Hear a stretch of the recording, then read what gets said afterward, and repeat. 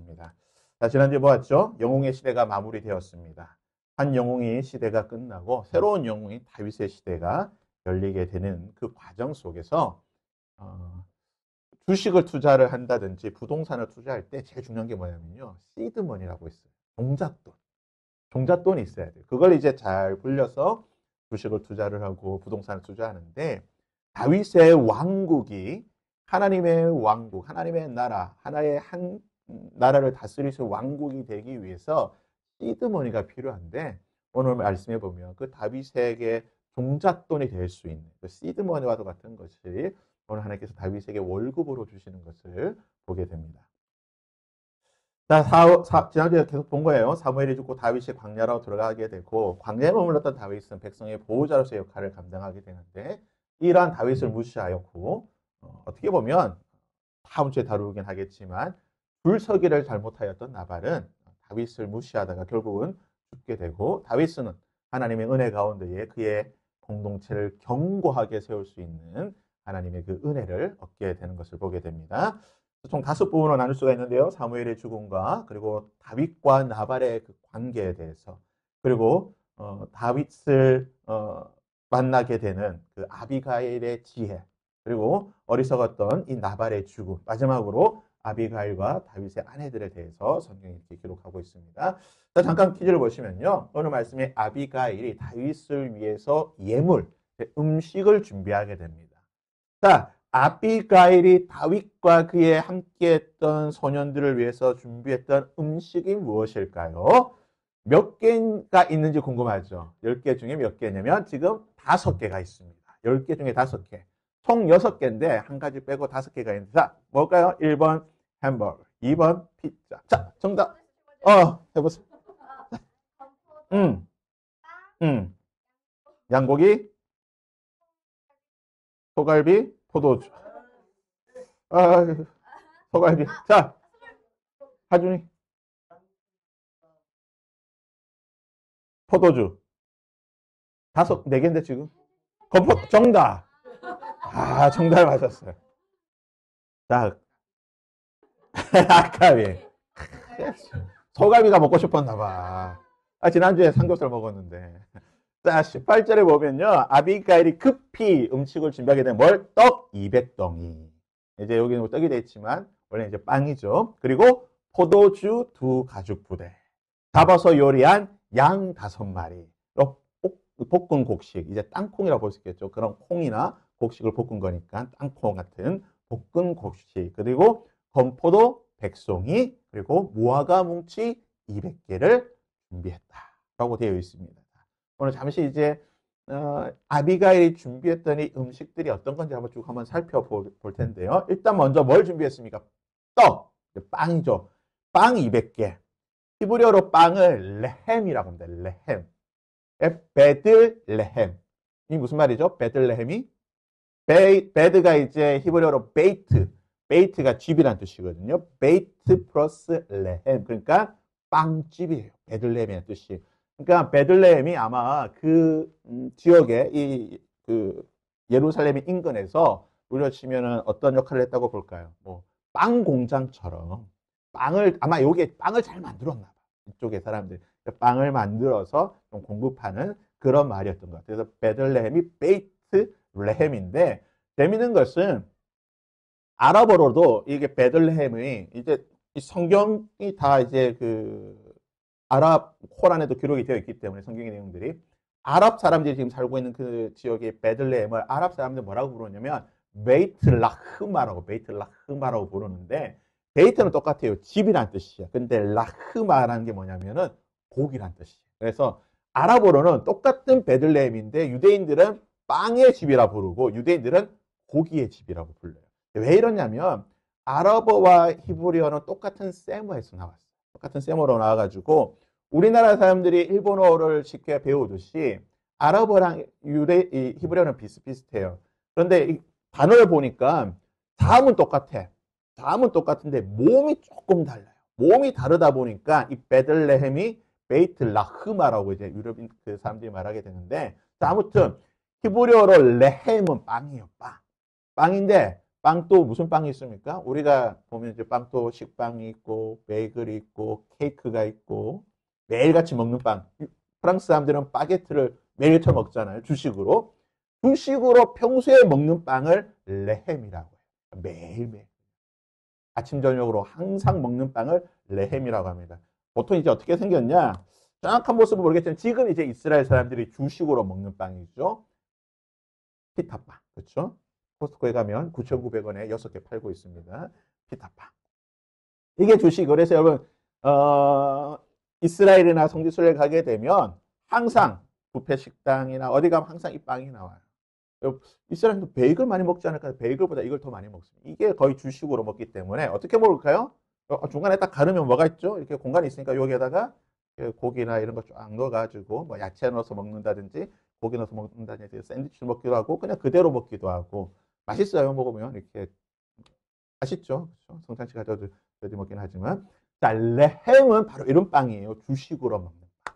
근데 히브리어로 보면은 레헴이란 빵도 있고 또 하나의 빵이 있어요. 그 빵이 뭐냐면은 할라라고 하는 할라라고 부르는 빵이 있습니다. 이거는 민수기 15장 20절에 보면 나오는 말이에요. 민수기 15장 20절에 보면 하나님께서 너희들이 나에게 그 소제를 드릴 때에 제사를 드릴 때 처음 익은 곡식 가루로 빵을 만들어라 했을 때에 그 빵, 우리 성경에 이제 떡이라고 번역되어 있는데 이제 빵이 정확한 거예요. 처음 익은 곡식 가루로 빵을 만들어라고 했을 때 그 빵이 뭐냐면은 레헴이라는 단어를 안 쓰고 할라라고 하는 단어를 쓰게 돼요. 근데 이 할라라고 하는 빵은 뭐냐?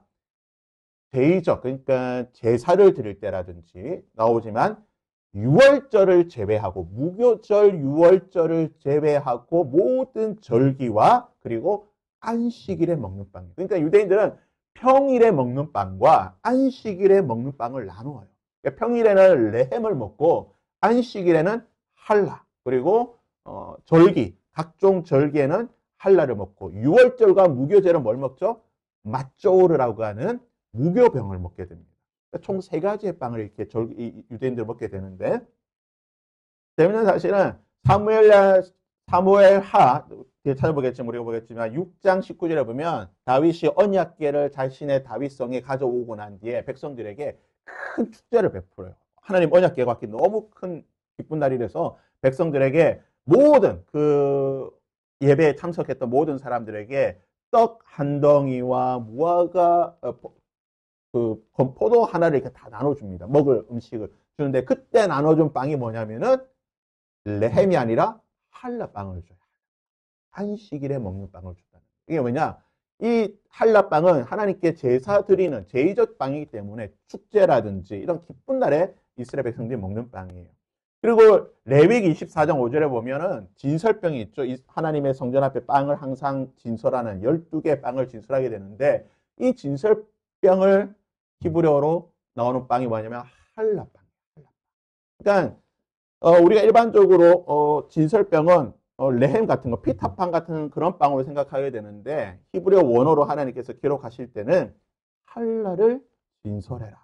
할라빵을 진설하게 돼 있어요. 그러니까 나중에 다윗이 먹었던 진설빵이 뭐냐면 이 할라빵이에요. 레헴을 먹은 게 아니라 할라를 먹었는데 그러면 할라빵은 어떻게 생겼는가?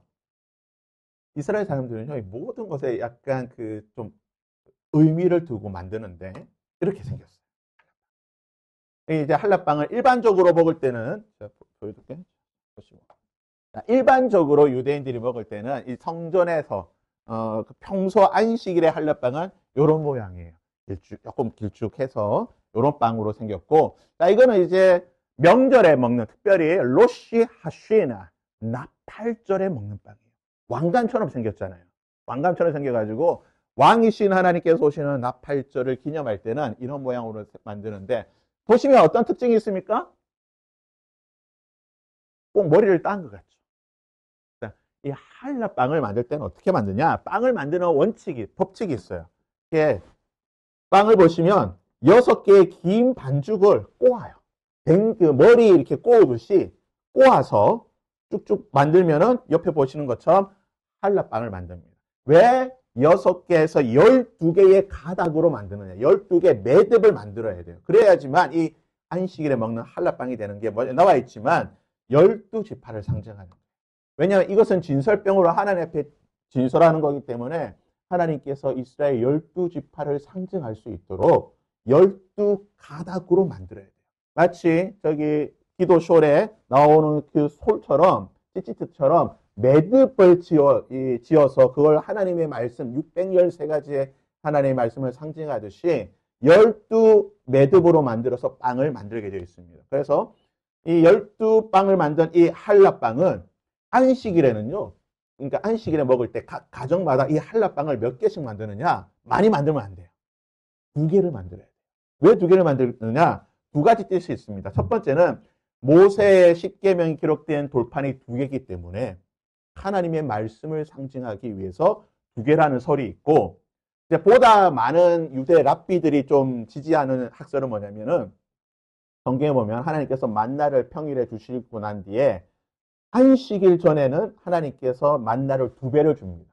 안식일에는 일하지 마라. 만나 거두지 가지 말고 그 전날에 2배의 만나를 주고 그 2배의 만나로 안식일까지 먹으라고 하나님께서 말씀하시는 거예요. 그래서 그것을 상징하기 위해서 2개의, 그러니까 하나의 빵이 아니라 2개의 빵을 만들어서 하나님께서 우리를 먹이시고 입혀주신다라는 것을 상징하고 있는 거예요.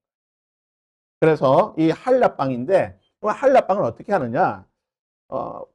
그냥 빵을 안식일에 되면 그냥 이렇게 놓는 게 아니라 이 한라빵은 이렇게 좀 덮어서 보관을 해야 돼요.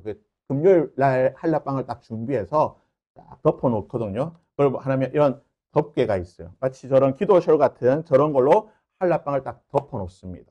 덮어 놓는 이유가 뭐냐면 이 유대 랍비들 해석하기를 한라빵은 이건 마치 신부와도 같은 거예요.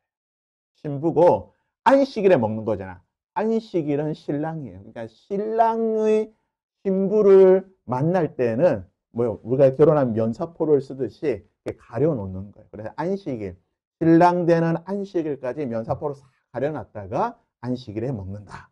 그리고 또 유대 랍비들은 재밌게 해석하는 게 뭐냐면은 이때 유대인들은 포도주와 한라빵을 먹게 되는데 한라빵을 유대인들이 이게 너무 거룩한 걸로 생각하니까 포도주가 질투를 하기 때문에, 그러니까 이제 우하죠. 포도주가 질투를 하기 때문에 포도주가 질투를 하지 못하도록 한라빵을 가려놓는다라는 말도 있고, 그리고 이슬이 만나 위에 내리듯이 이것이 덮는 것으로 마치 하나님의 은혜가 임하는 것으로 상징하기 위해서 이렇게 한라빵을 덮는다라는 그런 이야기도 있습니다. 사무엘상 21장에 보면 우리가 봤던 제사장 아히멜렉이 다윗에게 주었던 진설병이 무엇이냐? 바로 이 한라빵입니다. 히브리 원어로 보게 되면 한라빵으로 기록이 되어 있고, 요한복음 6장 35절에 보면 예수님께서 나는 뭐라고요? 생명의 떡이라고 말씀하셨어요. 근데 이거는 이제 헬라어로 기록이 되어 있는데 헬라어로 기록된 이 성경을 히브리어로 번역할 때에 뭐라고 번역하게 되냐면 이 빵에 대해서 레헴 하하임이라고, 그러니까 하늘, 하임이 이제 하늘인데 레힘 하하임, 하늘의 생명으로부터 온 빵이다. 레헴으로 번역했어요. 재밌죠? 할라로 번역 안 한 거예요. 왜냐? 할라는 안식일에만 먹는 빵이고 레헴은 평소에 먹는 빵이에요. 그러니까 예수님은 안식일에만 필요한 게 아니라 언제 필요한 거다? 항상 우리의 삶 속에 평소에 우리의 필요하시고 우리를 살리시고 우리를 먹여주시는 분이 누구다? 예수님이라고 하는 것을 나타내기 위해 히브리어 번역할 때는 레헴이라는 단어를 쓰게 됩니다. 그래서 빵에, 그러니까 지금 이 아비가일이 가지고 왔던 빵 200개는 뭐라고 해요? 레헴. 평소에 먹는 그 레헴 200개를 빨리 구워서 가져가게 되는 거. 또 뭐 가져갑니까? 포도주. 가죽 부대에 넣었던 포도주. 이게 이제 가죽 부대예요.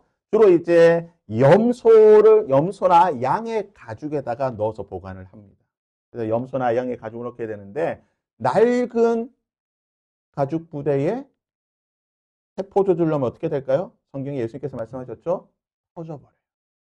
그래서 지금 이런 보면 아주 좀 낡아 보이는 지금 검정고도 그렇고 중간에 있는 것도 이런 낡은 가죽 부대에는 오래된 포도주를 담고 이 새 가죽에는 새로운 포도주를 이렇게 넣습니다. 그 다음에 준비한 게 뭐죠? 양고기. 자, 양고기는 어떻게 먹었을까? 유대인들의 조리법에 따르면, 그리고 그 중동에 있는 조리법에 따르면 보통 한 4가지 방식으로 조리했다고 생각해요. 첫 번째 뭐냐면 맨 왼쪽에 보듯이 쌀과 그런 곡식을 넣어서 삶아서, 우리로 치면 뭐라고 할까? 고기, 고기죽 뭐 같이 비슷하게 그렇게 삶아서 먹는 방식이 있고 또 하나 뭐야? 맛있는 양갈비. 그렇죠? 양갈비, 프렌치라고 해서 양갈비로 먹는 게 있고 세 번째는 뭐가 있을까요? 양꼬치엔 칭따오. 양꼬치로 해서 이렇게 구워서 먹는 방식이 있고 네 번째는 삶아서 그냥 양고기만 넣어서 삶은. 그래서 아마 지금 양을 5마리 잡았기 때문에 다양한 방식으로 이렇게 조리를 하지 않았을까. 하나만 봐도 그러니까 다양하게 수육으로도 만들고 굽기도 하고 뭐 제육 우리로 치면 제육볶음도 만들고 다양한 방식으로 만들었을 거예요. 그 다음에 볶음 곡식. 곡식을 이렇게 지금 많은 유대인들이 생각하기에 아마 시리얼 비슷하지 않을까. 시리얼처럼 우리가 이제 견과류 먹듯이 볶은 곡식이다라고 생각을 할 수가 있고 그 다음에 뭘 먹습니까? 건포도. 맨 왼쪽에 보시는 게 건포도예요. 중동은 다 이런 과일류를 건조해서 많이 먹습니다. 그래서 건포도 그리고 무화과 동이라고 번역이 되어 있죠.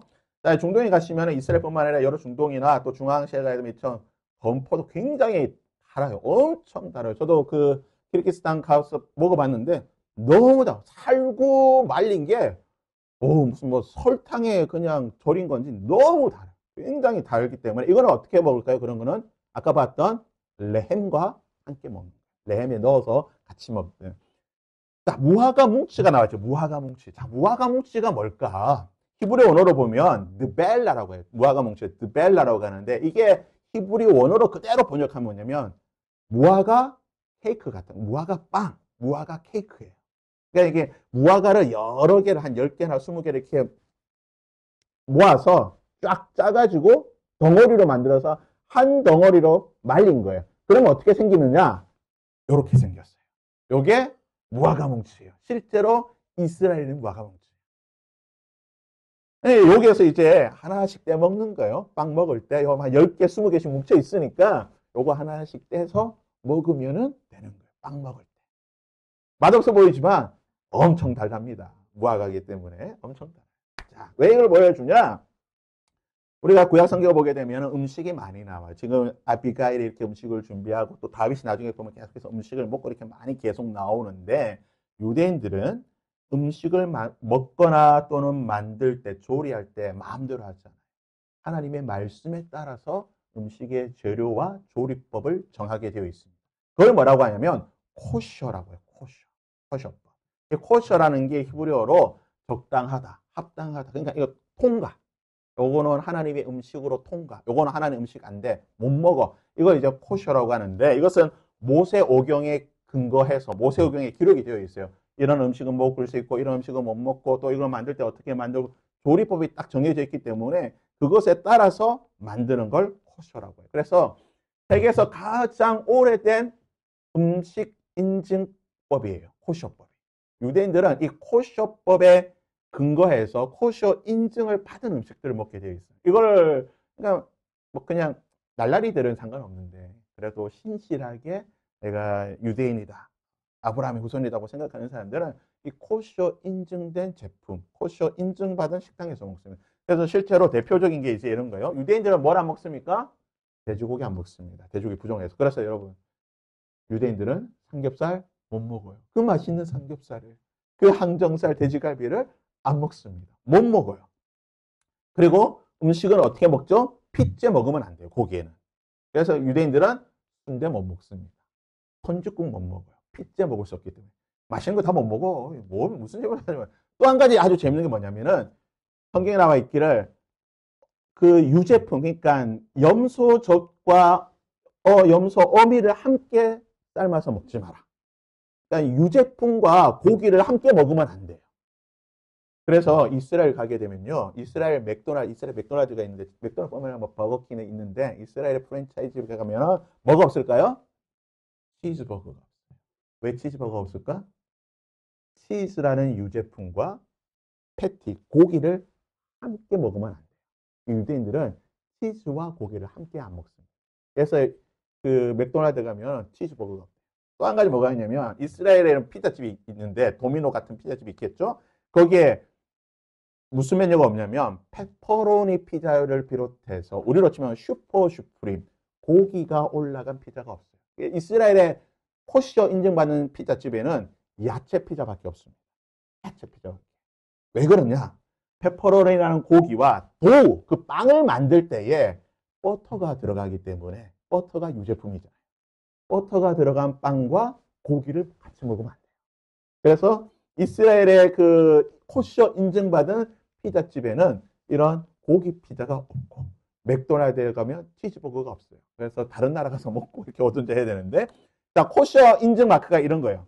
전 세계 각 나라마다 코셔를 인증을 이렇게 여러 가지 하게 됩니다. 코셔 인증받은 이런 이제 식품들. 그래서 코셔 이렇게 적혀 있죠. 이런 것들만 먹게 돼요. 시리얼부터 시작해가지고. 그래서 코셔는 재료도 중요하지만 조리법도 중요하기 때문에 이 인증받은 것들을 먹게 돼요. 실제로 나중에 성지순례나 이스라엘에 가게 되면 코셔 인증받은 식당이 있습니다. 그래서 이거는 코셔 인증받았기 때문에 여기 거는 마음껏 먹어도 돼요. 맥도날드 보십시오. 맥도날드 머리에 코셔라 적혀 있죠. 맥도날드에 코셔라고 적혀 있으면 여기는 치즈버거 없어요. 이게 없으면 있는 거야. 맥도날드에 그래서 치즈버거 이스라엘 가서 치즈버거 먹고 싶다 그러면 요 코셔 마크 없는 데를 찾아 들어가야 돼요. 코셔 마크 있는 데는 치즈버거를 비롯해서 이런 게 없어요. 근데 지금 유대인의 이 코셔와 비슷한 게 있습니다. 그게 뭘까요? 이슬람의 할랄 푸드라고요. 우리나라에는 이제 할랄 푸드가 더 좀 많이 알려져 있죠. 할랄 푸드 역시 똑같아요. 뜻이 할랄이라고 하는 것이 허용되었다, 인증받았다는 뜻이에요. 코란에 근거해서 그들의 코란에 나와 있는 법에 따라서 음식을 먹게 되는데 중요한 것은 이들이 이제 특별히 고기를 먹을 때는 우리는 그냥 뭐 도축장에서 잡은 고기 먹으면 되는데 이 이슬람은 이맘이라고 하는 성직자가 고기를 잡아야 돼요. 도축을 해야 돼요. 그러니까 우리처럼 이제 목사님이 양이나 되지 않습니까? 양이나 소를 기도하고 단번에 목을 찔러서 죽여야 되거든요. 그런 고기를 먹어야 돼요. 이게 왜 중요하냐면 무슬림들이 가는 곳에는 그러면 무슬림들이 고기를 먹어야 되잖아요. 고기를 먹으려고 하면 할랄 푸드, 이맘이 죽인 할랄 푸드를 먹어야 돼요. 그렇다면 이슬람이 무슬림들이 가는 곳에는 반드시 누가 가야 돼요? 이맘이 가야 돼요. 이게 너무나 중요한 거예요. 그래서 여러분 어느 뭐 이렇게 기독교 국가라든지 어디 갔을 때에 할랄 푸드가 판다. 그러면 그 지역에는 100% 누가 들어와 있다? 이맘이 들어와 있다. 이슬람 성직자. 우리로 치면 선교사가 들어와 있는 거예요. 근데 어떻게 들어오느냐? 이제 식당에 장사는 케밥. 우리나라도 이태원에 가면 케밥집이 쭉 있잖아요. 그 케밥집들 그다음에 이슬람 푸드, 할랄 푸드 파는 상당수 가게의 주인이 누구냐? 이맘들이에요. 이 사람들은 성직자. 그러니까 주중에는 장사하는 거야. 장사하다가 이태원 금요일 날 토요일 되면은 저기 자기들 그 이태원 거기 가가지고 집례하고. 그래서 무슬림에게는 음식과 성교는 같이 가는 거예요. 여러분 이게 너무나 중요한 거예요. 이게 왜 중요하냐? 이제 뒤에 볼 텐데 이게 할랄 푸드죠. 할랄 푸드 이렇게 마크가 있어요. 그래서 이런 할랄 푸드 표시가 있는 여러분 불닭볶음면에도요. 이슬람에 수출하려고 그러면 할랄 푸드 마크가 있어야 돼요. 할랄 푸드 거친 그 이맘들의 인증을 받아야 돼요. 코셔도 마찬가지고 이스라엘에 수출하려고 하면 코셔 마크가 있어야 돼요. 이태원이라든지 이러한 서울에 가게 되면 할랄 이렇게 적혀 있습니다. 마크도 있고 아니면 위에 것처럼 할랄 코리안 이슬람 푸드라고 적혀 있듯이 할랄이라 적혀 있는 식당에 들어가서 먹게 되는 거예요. 간단히 정리하면 이제 코셔와 할랄 이 사람들이 비슷하잖아. 중동에 비슷하다 보니까 좀 비슷합니다. 그래서 코셔와 할랄 푸드가 있는데 음식도 비슷해요. 그냥 돼지라든지 그다음에 그 지느러미 없는 그런 그렇지만 이제 장어라든지 그리고 조개류 각각 이런 거 못 먹고 비슷비슷합니다. 근데 여기에 좀 더해가지고 이슬람들은 뭘 못 먹느냐? 술을 못 먹죠. 알코올 들어간 술을 못 먹게 돼 있습니다. 그리고 이런 이제 여러 가지 마크가 있는데 그러니까 재료부터 해서 조리법까지 다 인증을 받아야 되기 때문에 상당히 까다로워요. 그래서 오늘날 서구 사회라든지 또 우리나라에서는 이제 할랄 푸드 또는 코셔 푸드가 좀 건강식으로 유기농 건강식으로 인기가 있는 게 뭐냐면은 재료부터 조리법까지 인증을 받아야 되기 때문에 굉장히 많은 사람들이 좋아하고 있죠. 그래서 돼지는 못 먹고 뭐 이렇게 여러 가지 쭉쭉쭉 그런 것들이 있습니다. 먹는 게 중요한 거예요. 왜냐? 음식은 종교와 문화를 전파하는 아주 중요한 수단이에요. 그러니까 K푸드잖아, K푸드. 우리나라 K푸드 때문에 많은 사람들이 한국의 문화에 대해서 관심을 가진 거예요. 불닭볶음면이 그렇게 수출 잘 되니까 사람들이 한국의 문화에 음식에 관심을 가지고 음식에 관심 가지다 보니까 한국 노래 듣고 한국 노래 듣다 보니까 뭐야? 한국의 문화에 관심 가지고 되는 거야. 그래서 음식은 굉장히 중요한 어떻게 보면 복음 전파의 수단이 될 수가 있습니다. 또 얼마 전에 보니까 세계 행복 연구소라고 하는 곳에서 조사를 했는데 행복의 아주 중요한 조건. 그러니까 행복을 예를 들어서 내가 행복하냐 행복하지 않느냐 비율로 따졌을 때에 내가 행복하다고 했을 때 그 행복의 비율, 내가 행복했던 그 여러 가지 원인 중에 가장 중요한 조건이 뭐냐면 가족과 함께 식사를 하느냐. 내가 좋아하는 사람과 함께 식사를 하느냐. 내가 좋아하는 사람하고 식사를 하면 행복 지수가 올라가. 네, 나 혼자 소위 말하는 혼밥을 한다. 행복 지수가 확 떨어진다고. 먹는 게 너무 중요해요. 그래서 성경에 보면 하나님께서 뭐라고 말씀하셨죠? 함께 떡을 떼어라. 너희들 함께 떡을 떼어라. 교회 공동체는요, 함께 밥을 먹는 공동체. 우리가 여러분 성찬식도 예수님 당시에 성찬식은 식사를 먼저 하고 함께 식사하고 그리고 나서 예배 드리면서 성찬식을 하든지 아니면 그러니까 너무 배가 고프면은 식사를 먼저 하고 배가 안 고프면 성찬식과 함께 하고 성찬식 끝나고 난 뒤에 함께 떡을 떼면서 그러니까 성찬식과 식사가 항상 같이 갔던 거예요. 하나님의 은혜와 먹는 것이 함께 가는 거예요. 이건 모든 종교가 마찬가지입니다. 여러분 지금 라마단 계란 말씀드렸죠. 라마단은 아침 해뜰 때부터 해질 때까지 금식이잖아요. 낮 시간 동안 한 10시간에서 12시간 금식한단 말이에요. 금식 끝나고 난 뒤에 이슬람은 2번 식사합니다. 해가 떨어지고 나서 바로 식사 한번 하고 그리고 해가 뜨기 전 새벽에 식사해요. 한 무료치만 6, 7시에 식사하고 새벽 3, 4시에 한번 식사 더 합니다. 2번 식사하는데 라마단 그러니까 해가 떨어지고 나서 첫 번째 하는 식사를 이프타르라고 해요. 이프타르는요 모든 무슬림들이 다 먹는 거예요. 특별히 부자들은 자기들의 이 부를 과시하는 것도 있고 대접하기 위해서 마을에서 그냥 공짜 식사 수백 명 마을 전체를 식사를 다 하죠. 무슬림들은 이 라마단 기간에 축제예요. 낮에 금식한다고 힘들지만 저녁에 이프타르를 먹으면 너무 좋아. 평소에 못 먹던 고기 먹고 엄청나게 많이 먹으니까. 유대인들 그래서 무슬림들이 라마단을 기다리는 거예요. 왜? 금식하는 건 힘들긴 하지만 매일매일 축제야. 매일매일. 인도에 가면 시크교 사원이 있습니다. 가장 유명한 황금 사원이 있는데 세계에서 가장 유명한 망했다. 야, 왜 꺼져? 배터리가 없다고 나오더니. 자, 이슬람 이거 바꾸도록 할게요.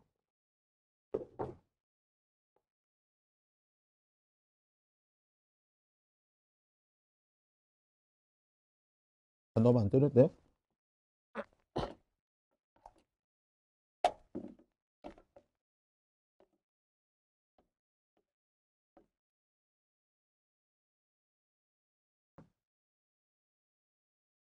자, 연결이 되고 있죠? 자, 연결될 동안 시크교의 사원에 가면 그 시크교 유명한 시크교는 하루에 아침, 점심, 저녁 세 끼의 식사를 그냥 줍니다. 잠자리도 그냥 줍니다. 왜 그러냐면 그 시크교는 이렇게 자비를 베풀고 선행을 베푸는 것을 굉장히 중요하게 생각하는데 부자들이 기부를 해요. 우리 시크교 사원에 와서 지낸 사람들에게 밥을 주는 거예요.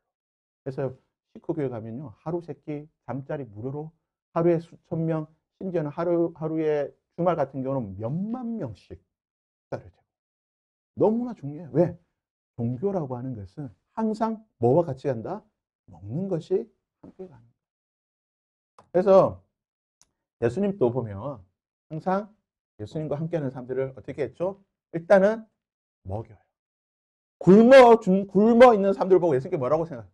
불쌍하다. 너들이 내 말씀, 내 말 듣고 따라온다고 밥 먹으니까 불쌍하다. 예수님께도 일단 먹여놓고, 살려놓고 복음을 전했던 거예요. 우리나라 바퍼 또 마찬가지고, 아프리카 제가 선교했을 때도 그렇지만, 일단 여러분, 먹여야 돼요. 굶주리고 가난한 사람들, 아직도 전 세계에 너무나 굶주리고 가난한 사람들이 많이 있어요. 근데 먹이는 일 너무 중요합니다. 그래서 잘 먹일 수 있도록, 여러분, 시크교, 그 거짓된 힌두 신을 섬기는 시크교도 마찬가지고, 알라를 믿고 있는 무슬림도 마찬가지고, 나에게 있는 그 재력, 그 부를 가난한 사람들을 먹이는데 아낌없이 쓰는 거예요. 근데 우리 기독교는 참 신이신 하나님을 믿고 섬기는 우리 기독교가 사람들 먹이고 구제하는데 너무 인색해요. 물론 많은 사람들이 하고 있지만 여러분, 그래서 항상 말씀드리죠. 하나님 앞에 복 받고 싶습니까? 복 받을 이유를 하나님 앞에 정확하게 말해야 돼요. 하나님 저한테 연봉 1억 주십시오. 1억 주면 뭐 할 건데? 하나님 벤츠도 타고요. 1년에 해외여행 몇 번도 가고요. 이렇게 하면 하나님 줍니까? 안 줘요. 그거는 비고 하나님 주시는 것으로 정말 굶주리고 있는 사람들 제가 나의 재정을 흘려보내겠습니다. 그리고 나서 하나님 좀 남으면 벤츠도 좀 타고 그러고 나서 제가 또 외국도 나가고 이렇게 하면 뭐예요? 선후 관계가 제대로 되면 하나님 복을 안 줄래야? 안 줄 수가 없다는 거예요. 아비가일이 지혜롭게 음식을 이렇게 잘 준비했는데 우리가 이 음식이 너무나 중요한 거예요. 다윗도 지금 별거 아닌 것 같지만 이 먹는 것 때문에 빈정상해가지고 지금 다윗이 이러는 거거든요. 너무나 중요한 겁니다. 짧게 1번 한번 보겠습니다. 다윗은 나발이 무엇을 하고 있을 때에 사람을 보냈습니까? 무엇 하고 있을 때? 자, 2절 보면요. 마온에 한 사람이 있는데 그의 생업이 갈멜에 있고 심히 부하여 양이 몇 마리? 3,000마리, 염소가 1,000마리인데 뭘 했다고요? 양털을 깎고 있었다. 양털 깎는 날. 양털 깎는 날은요, 이 유대 이 유목민들에게 축제의 날입니다. 농사를 짓는 사람들에게 축제는 언제예요? 추수하는 날, 추수감사절. 유목민들, 양을 치는 유목민들에게 축제는 언제냐면 양털 깎는 날. 그러니까 마치 추수감사절과 같은 날이에요. 큰 잔치가 벌어지는 날인데 왜 그러냐면 양은요, 양털을 깎아야 돼요. 양이 이 털이 가득 있으면 행동이 둔하고 앞이 이렇게 털이 가리고 안 보여서 막 빠져서 죽고 잡혀서 죽고 해가지고 양은 1년에 한 번 털을 깎아줘야 돼요.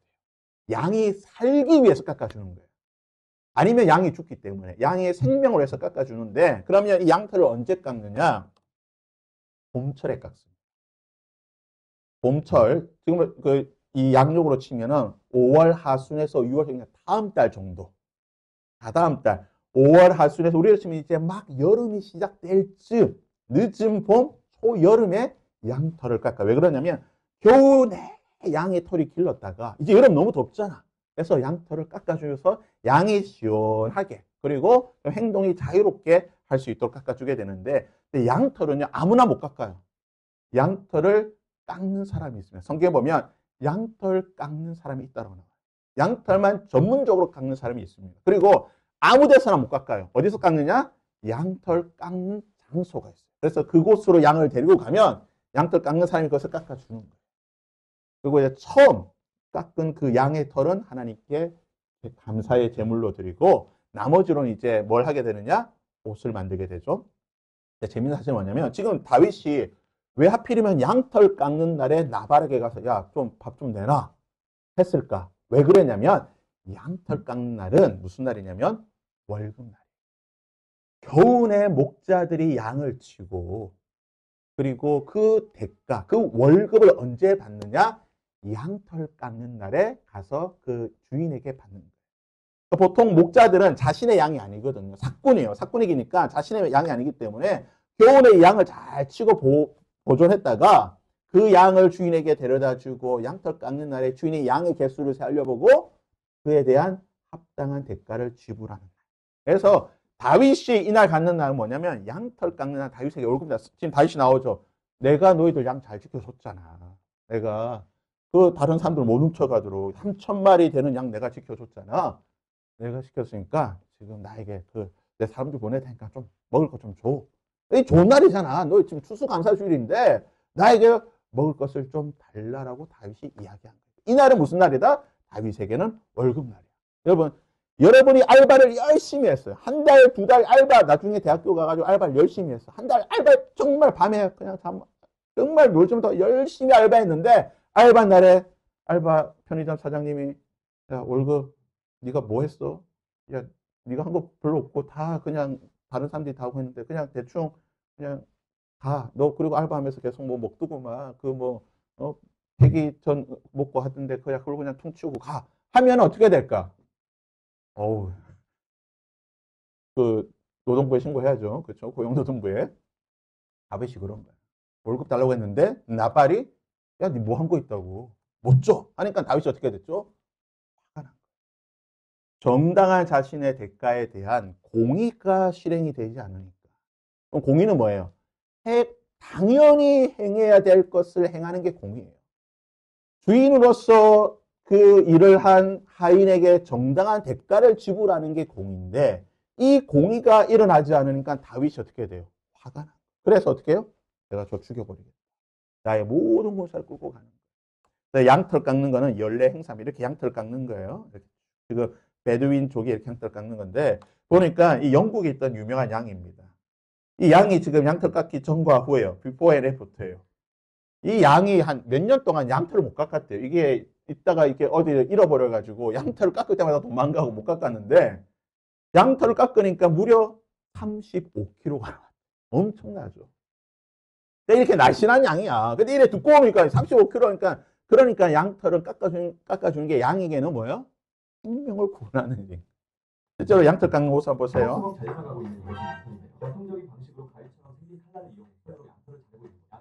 네, 이렇게 자르는 거죠. 양털을. 보통 이렇게 하는데 한 마리 한 30초, 1분이면 자른다고 해요. 예, 이 당시에는 이제 가위가 없었으니까 이제 칼로 이렇게 했겠죠. 양털을. 성경에 보면 양이 양털 깎는 자 앞에서 잠잠하게 있었다라고 나와요. 왜냐? 알기 때문에 잘못하면 죽어요. 그러니까 양이 버둥버둥하시고 가만히 있는 것들을 이제 묘사하게 되는데, 자, 양털은 주로 이제 옷과 겉옷에 우리가 지난번에 봤던 겉옷의 재료인데 양 한 마리에서 주로 한 2kg 내외의 양털 옷이 나오고 이것을 이제 처음 손으로 꼬아서 실로 만들고 난 뒤에 배틀에서 한 번 더 실을 뽑아요. 굵은 실로 뽑아서 만들게 되는데 성경에 보면 이 배틀 양의 털을 잘 뽑아내는 실을 잘 뽑아내는 여인이 어떤 여인이다? 출애굽기 35장 잠언 30절 보면 지혜롭고 현숙한 여인이다. 어떤 여자가 지혜롭냐? 양의 털을 잘 뽑아서 실로 만드는 이런 여인이 살림을 잘 사는 여인이 지혜로운 여인이다라고 성경에 말하고 있습니다. 그래서 여러분 마지막으로 보시면요. 유명한 짤이죠. 박명수가 했던 말이죠. 지 월급 안 나오면 가만히 있겠습니까? 여러분 월급 안 나오는데 가만히 있는 사람 아무도 없어요. 일어나는 거 월급 안 주면 막 짜증나는 거야. 다윗은 나발에게 가서 정당한 대가를 요구한 거야. 그냥 다윗이 깡패가 아니에요. 그냥 달라고 한 게 아니야. 내가 일했는데 내가 너 지켜줬잖아. 1년 동안 열심히 지켜줬으니까 좀 달라는 거야. 더군다나 축제 아니야. 기쁨의 날에 달라놨는데 나발은 악덕업주입니다. 안 준 거죠. 너 누구야? 모르는 사람이야. 나발이 어리석은 악덕업주가 되었는데 그렇다면 왜 나발이라고 하는 사람이 이렇게 악덕업주가 되었는가? 이것도 이유가 있습니다. 이건 이제 정치적인 문제로 이게 귀결이 되는데 자, 이 문제는 다음 주에 살펴보도록 하겠습니다. 그래서 하나님은 공의의 하나님이세요. 하나님의 백성들 역시 공의롭게 살아야 됩니다. 정당한 대가에 대한 정당한 대가를 지불할 수 있어야 돼요. 우리가 언제든지 언제나 갑의 위치에 있을 수 있고 어떤 때는 을의 위치에 있을 수 있을 거예요. 우리가 어느 위치에 있든지 나는 을이라고 한다면 을의 위치에 맞게 정당하게 열심히 수고롭게 일하고 그에 대한 땀의 대가를 받아야 되는 것이고 갑의 위치에 있다고 한다면 내 아랫사람이 했던 그 정당한 수고에 대한 대가를 치러야 돼요. 하나님께서 제일 싫어하는 것 중에 하나가 뭐냐면 이런 악덕업주, 정당한 대가를 지불하지 않는 것에 대해서 하나님께서 너무나 싫어하신다고 성경에 기록하고 있습니다. 또 혹시나 우리가 이제 어떤 입장이 될지 모르니까 갑이든 을이든 어느 위치에 있든 하나님의 공의를 행할 수 있는 을이라고 한다면 열심히 일하는 게 공의를 행하는 거고 갑이라고 한다면 그 대가를 제대로 지불해 주는 게 갑의 위치니까 하나님의 공의를 행할 수 있는 저와 여러분이 될 수 있기를 바랍니다.